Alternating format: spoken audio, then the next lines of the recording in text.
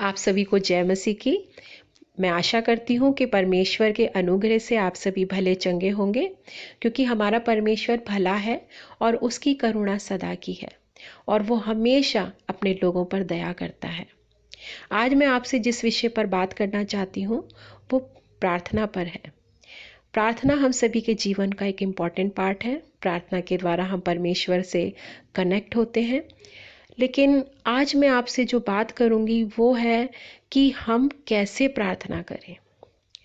क्योंकि कई बार हम परमेश्वर से जब प्रार्थना करते हैं तो हम सिर्फ अपनी सूची को, जो हमारी ज़रूरतें होती हैं, सिर्फ हम परमेश्वर के सामने अपनी सूची को रखते हैं और फिर हम वापस चले जाते हैं। सिर्फ हमारा ये एक कनेक्शन परमेश्वर के साथ थोड़ी समय का होता है, लेकिन ये इस तरीके का नहीं कनेक्शन होना चाहिए, क्योंकि परमेश्वर हमारा पिता है।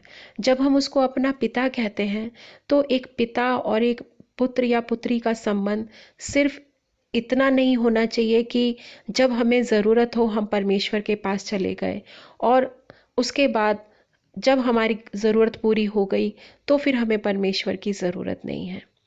लेकिन हमें अपने परमेश्वर के पास इस आशा के साथ जाना है कि वो मेरा पिता है, वो मेरा इंतज़ार कर रहा है। जिस तरीके से हम एक घर में रहते हैं, हमारे माता पिता, हमारे भाई बहन होते हैं, और यदि हम अपने माँ बाप या अपने भाई बहन से थोड़ी देर बात ना करें तो बहुत अजीब लगता है।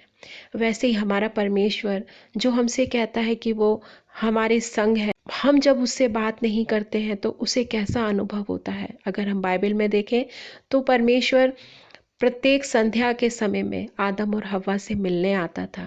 परमेश्वर हमारे साथ संगति करना चाहता है, और प्रार्थना वो जरिया है जिसके द्वारा हम परमेश्वर से बात करते हैं।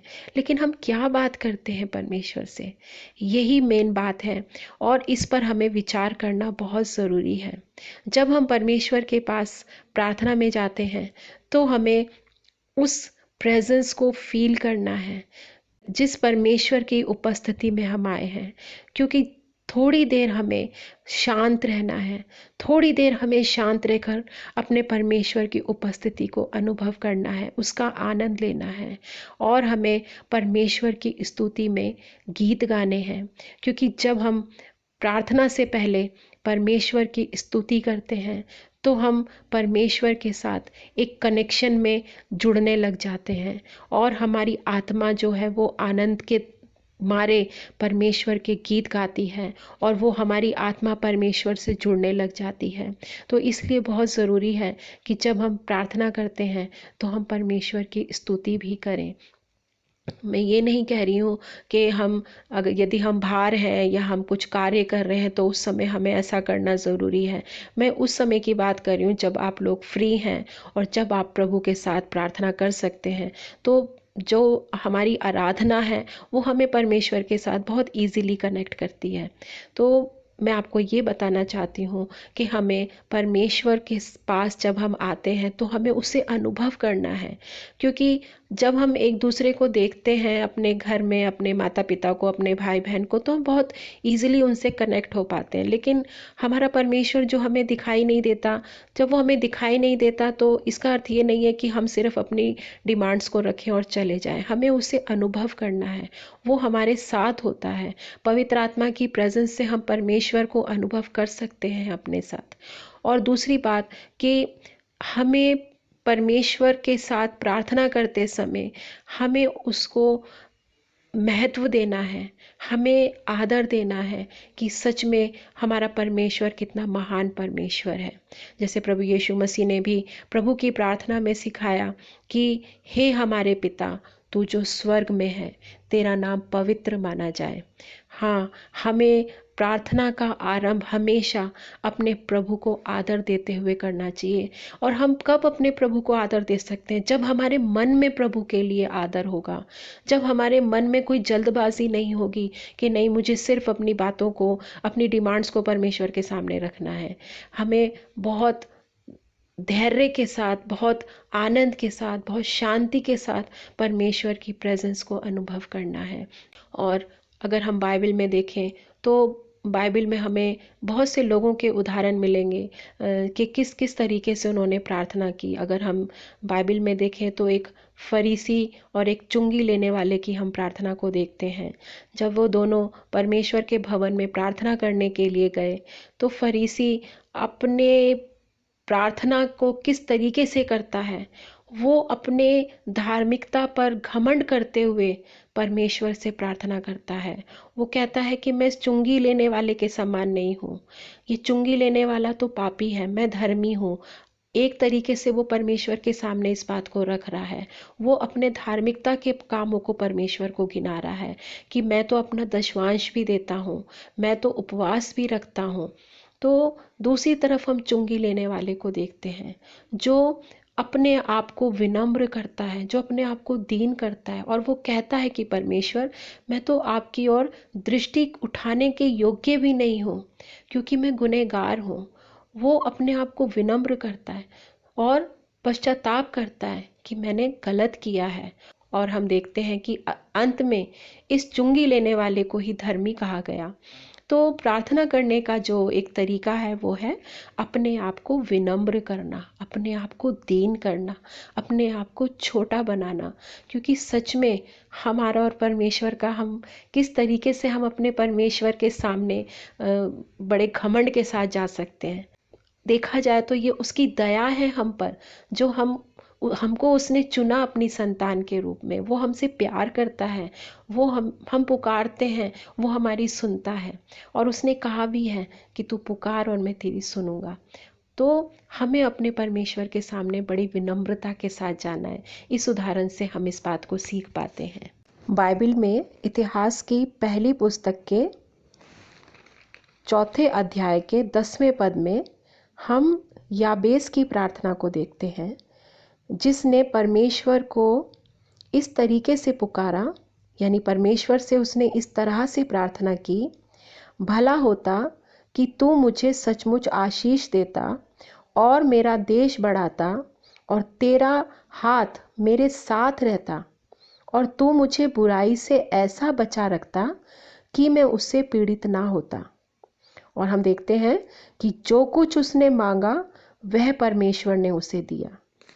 तो अगर हम यहाँ पर याबेस की प्रार्थना पर ध्यान दें कि उसने कैसे प्रार्थना की, उसने अपनी किसी लिस्ट को परमेश्वर के सामने नहीं रखा, बल्कि उसने क्या छोटी प्रार्थना और बहुत मीनिंगफुल प्रार्थना उसने की कि भला होता कि तू मुझे सचमुच आशीष देता और मेरा देश बढ़ाता।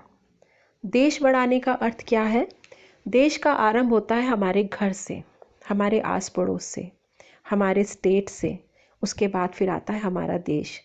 तो देश में हमारा एक पूरा एनवायरनमेंट आ जाता है। और उसने ना केवल अपने घर के लिए बल्कि उसने अपने पूरे देश के लिए प्रार्थना की। और अपने लिए उसने प्रार्थना की कि तू मुझे आशीष देता। और उसके बाद वो कहता है कि तेरा हाथ मेरे साथ रहता। और उसने इस बात को जाना कि यदि परमेश्वर का हाथ मेरे साथ है तो मेरे जीवन में किसी भी बात की कमी घटी नहीं होगी।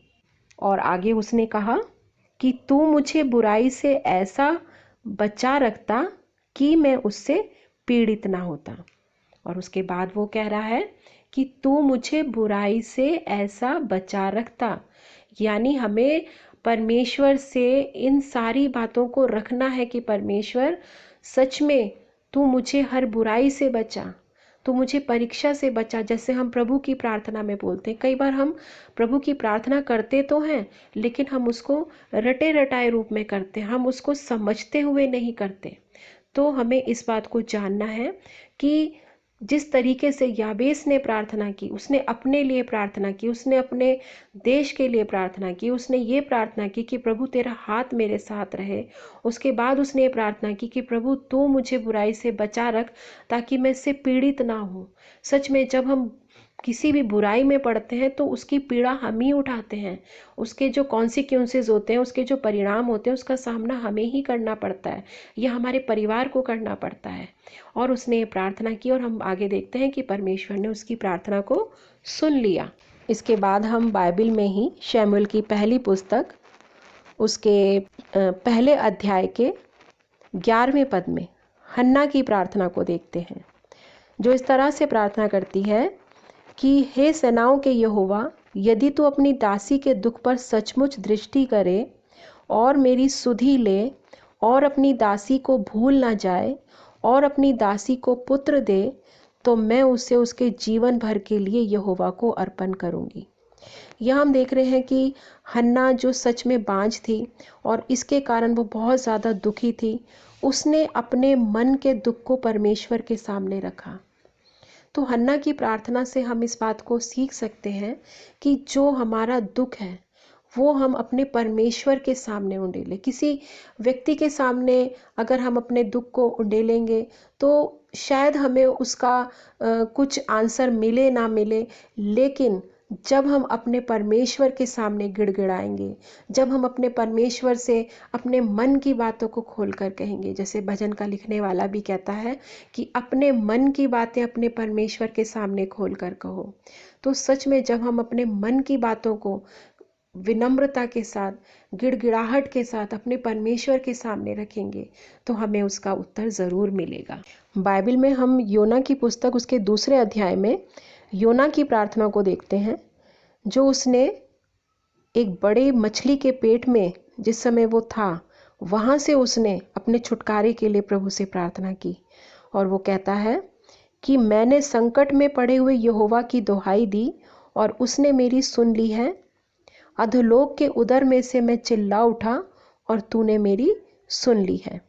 तो हम चाहे कितनी भी भयानक से भयानक परिस्थिति में क्यों ना हो, जब हमें ऐसा लगने लग जाए योना के समान कि अब तो मैं बचने वाला नहीं हूँ, या अब तो मेरी ज़िंदगी में कुछ भी नहीं है, अब तो सिर्फ अंधकार ही अंधकार है। आप कल्पना कर सकते हैं जिस समय योना उस बड़ी मछली के पेट में होगा तो उसके जीवन में कोई आशा नहीं बची होगी जीने की, लेकिन उसने उस जगह से भी अपने परमेश्वर को पुकारा।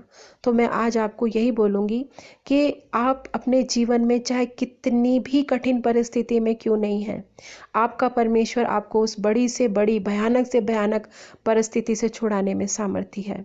आपको अपने परमेश्वर को सिर्फ पुकारना है। और जिस तरीके से यहाँ पर योना ने कहा कि तूने मेरी सुन ली है, दाऊद ने भी कहा कि मैंने अपने परमेश्वर को पुकारा और उसने मेरे सारे कष्टों से मुझे छुड़ा लिया। यहाँ तक कि अगर हम भजन संहिता 91 में देखें तो परमेश्वर ने कहा है कि तू मुझे पुकारेगा और मैं तेरी सुन लूँ। तो बहुत ज़रूरी है कि हम किस तरीके से प्रार्थना कर रहे हैं।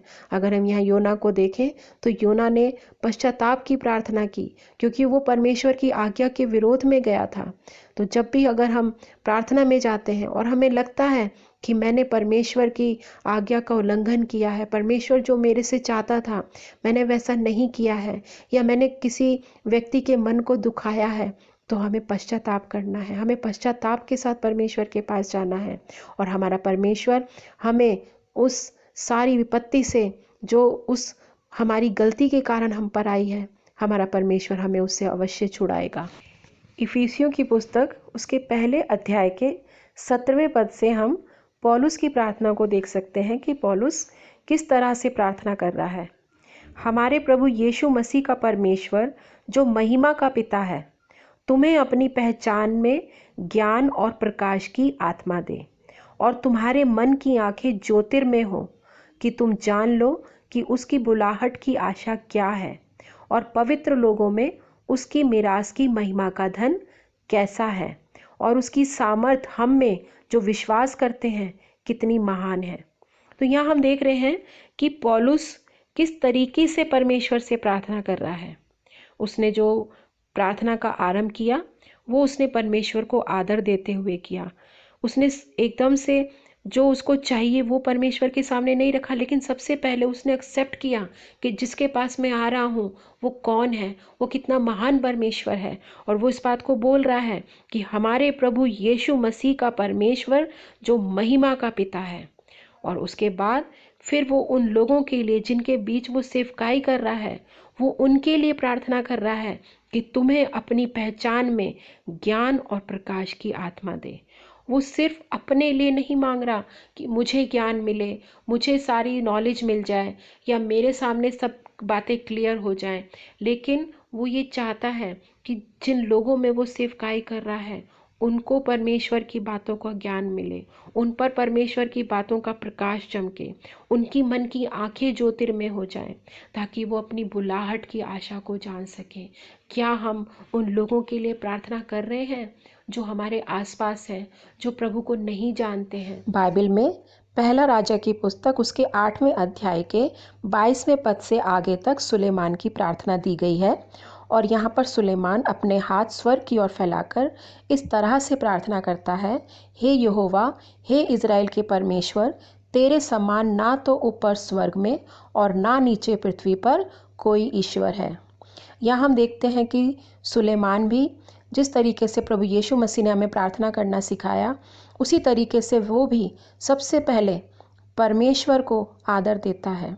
वो ये परमेश्वर के सामने एक्सेप्ट करता है कि हे परमेश्वर, तेरे समान ना तो स्वर्ग में और ना नीचे पृथ्वी पर कोई ईश्वर है, यानी सबसे महान परमेश्वर तू है।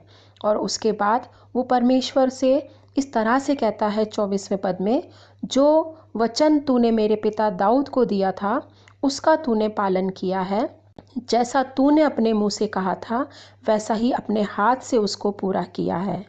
फिर वो 25वें पद में कहता है, इसलिए अब हे इज़राइल के परमेश्वर यहोवा, इस वचन को भी पूरा कर जो तूने अपने दास मेरे पिता दाऊद को दिया था। तेरे कुल में मेरे सामने इज़राइल की गद्दी पर विराजने वाले सदैव बने रहेंगे। यहाँ हम देखते हैं कि सुलेमान को पता था कि परमेश्वर ने मेरे पिता से क्या प्रतिज्ञा की है। उसी तरीके से अगर हम आज वचन में देखें तो परमेश्वर ने भी हमसे बहुत सारे प्रतिज्ञाएं की हैं, बहुत सारे प्रॉमिस उसने हमसे किए हैं। लेकिन क्या हम जानते हैं कि उसने हमसे क्या प्रतिज्ञाएं की हैं? क्या हम वचन को पढ़ रहे हैं? हमें इस बात को जानना बहुत ज़रूरी है कि मेरा प्रभु मुझसे क्या प्रतिज्ञा करता है, उसने मुझसे क्या प्रतिज्ञाएं की हैं। जैसे सबसे बड़ी जो उसकी प्रतिज्ञा है वो ये है कि मैं ना तुम्हें कभी छोड़ूंगा और ना कभी त्यागूंगा। तो हमें परमेश्वर के उन प्रॉमिसेस को, परमेश्वर को रिमाइंड कराना है। जिस तरीके से एक पेरेंट अपने बच्चे को यदि कुछ चीज़ देने का प्रॉमिस करता है तो वो बच्चा अपने पेरेंट को याद दिलाता है कि पापा या मम्मी आपने मुझे ये चीज़ देने को बोला था कि जब मैं पास हो जाऊंगा तो आप मुझे ये दिलाएंगे। तो हमें भी जब हम परमेश्वर की प्रेजेंस में आते हैं तो हमें परमेश्वर की महिमा करते हुए फिर जो हमें परमेश्वर से चाहिए तो हमें परमेश्वर के प्रॉमिसेस को हमें जानना है। उसके लिए हमें परमेश्वर के वचन को पढ़ना बहुत ज़रूरी है। और वो यहाँ पर इस बात को कह रहा है कि जो प्रॉमिस तूने मेरे पिता से किया था उसे अब तू पूरा कर। और इसी पुस्तक के 9वें पद के 3 पद में हम देखते हैं कि उसकी प्रार्थना का उत्तर उसको मिला। हम यहाँ पर पढ़ते हैं, यहाँ इस तरह से लिखा है, यहोवा ने उससे कहा, जो प्रार्थना गिड़गिड़ाहट के साथ तूने मुझसे की है उसको मैंने सुना है। यहाँ पर हम देखते हैं कि परमेश्वर जो है इस बात को कह रहा है कि जो प्रार्थना तूने गिड़गिड़ाहट के साथ की है, यानी जब हम परमेश्वर के सामने गिड़गिड़ाते हैं तो हमारा परमेश्वर कठोर नहीं है, वो हमारी प्रार्थनाओं को सुनता है। वचन कहता है कि टूटे हुए मन वालों के समीप वो रहता है, उनकी प्रार्थना को वो तुच्छ नहीं जानता। जब हम टूटे हुए हैं, जब हम निराश हैं, जब हम उसके सामने गिड़गिड़ाते हैं, वो हमारी प्रार्थनाओं को सुनता है, जैसे उसने सुलेमान की प्रार्थना को सुना। और आगे परमेश्वर उससे कहता है कि यदि तू अपने पिता दाऊद के समान मन की खराई और सिधाई से अपने को मेरे सामने जानकर चलता रहे और मेरी सब आज्ञाओं के अनुसार किया करे और मेरी विधियों और नियमों को मानता रहे, तो मैं तेरा राज्य इज़राइल के ऊपर सदा के लिए स्थिर करूँगा, जैसे कि मैंने तेरे पिता दाऊद को वचन दिया था। तो यहाँ पर परमेश्वर उससे कह रहा है कि हाँ, मैंने तेरे पिता दाऊद से प्रॉमिस किया था, लेकिन उस प्रॉमिस को यदि तू चाहता है कि वो प्रॉमिस तेरी ज़िंदगी में पूरा हो, लेकिन तुझे क्या करना होगा उसके लिए तुझे मेरी विधियों और आज्ञाओं पर चलना होगा।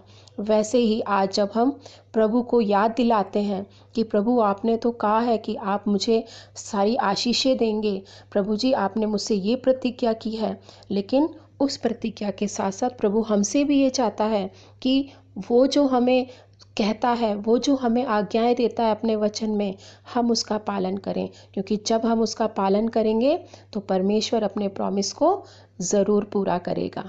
तो ये कुछ बातें हैं जो मैं आपके सामने आज रखना चाहती थी प्रार्थना के बारे में, कि हम कैसे प्रार्थना कर रहे हैं। और मुझे आशा है कि आपको इन सारी बातों से आशीष मिली होगी। और मैं आपके साथ प्रार्थना करना चाहूँगी कि प्रभु हम सभी की सहायता करें, कि जिस तरीके से प्रभु चाहता है कि हम उसको आदर देते हुए प्रार्थना करें, हम उसे अपने साथ महसूस करते हुए प्रार्थना करें, होने दें कि हम सभी परमेश्वर की उपस्थिति में उस तरीके से आने वाले हो सकें। आइए हम प्रार्थना करें। हमारे स्वर्गीय पिता, हम बहुत धन्यवाद करते हैं कि प्रभु जी आज आपने हमें सिखाया कि आप हमारे पिता हैं। और पिता परमेश्वर, जब हम आपके पास आते हैं तो हम आपको आदर दें प्रभु जी, क्योंकि आप आदर के योग्य प्रभु हैं प्रभु जी। हम जाने प्रभु जी कि आप कितने महान परमेश्वर हैं प्रभु जी। और जब हम प्रार्थना में आपके पास आए प्रभु जी, हम आपके मुख की ओर निहारें प्रभु जी। हम केवल प्रभु जी अपनी फिजिकल ज़रूरतों के लिए ही परेशान ना रहें। हम केवल इसी बात को लेकर आपके पास ना आए कि मैं सिर्फ अपनी ज़रूरतों को अपने परमेश्वर के सामने रखूं और वो मेरी ज़रूरतें पूरी हो जाएं। हाँ प्रभु जी, आपने तो कहा है कि जब हम आपके धर्म और राज्य की खोज करेंगे तो आप सब चीज़ें हमें ऐसे ही दे देंगे। प्रभु, आप चाहते हैं कि हम आपको खोजें प्रभु जी, हम आपके मुख को निहारें प्रभु जी। आप हमें प्रभु जी प्रार्थना में समय व्यतीत करना सिखाएं प्रभु जी, कि जब हम आपके साथ प्रार्थना में समय व्यतीत करें प्रभु जी, तो सच में प्रभु जी हम उस पावर को महसूस कर सकें, हम उस सामर्थ को महसूस कर सकें जो आपकी प्रेजेंस से हमें मिल सकती है प्रभु जी। हम एक एक बहन भाई को आपके हाथों में सौंपते हैं प्रभु जी, और आपसे विनती करते हैं प्रभु जी, जब भी हर एक बहन भाई प्रभु जी आपके साथ प्रार्थना में समय बिताता है प्रभु जी, होने दीजिए प्रभु जी वो आपकी प्रेजेंस को अपने साथ अनुभव करे प्रभु जी, आपके मुख की ओर निहारे प्रभु जी, ताकि आपके मुख का प्रकाश प्रभु जी उन पर चमकने पाए प्रभु जी, आपकी ज्योति उन पर चमकने पाए। सारा आदर, सारी महिमा आपको देते हुए इस प्रार्थना को हम धन्यवाद के साथ प्रभु यीशु मसीह के नाम से मांग लेते हैं, आमीन। परमेश्वर आप सभी को आशीष दे, और मैं विश्वास करती हूँ आज के वचनों से आपको अवश्य ही आशीष मिली होगी।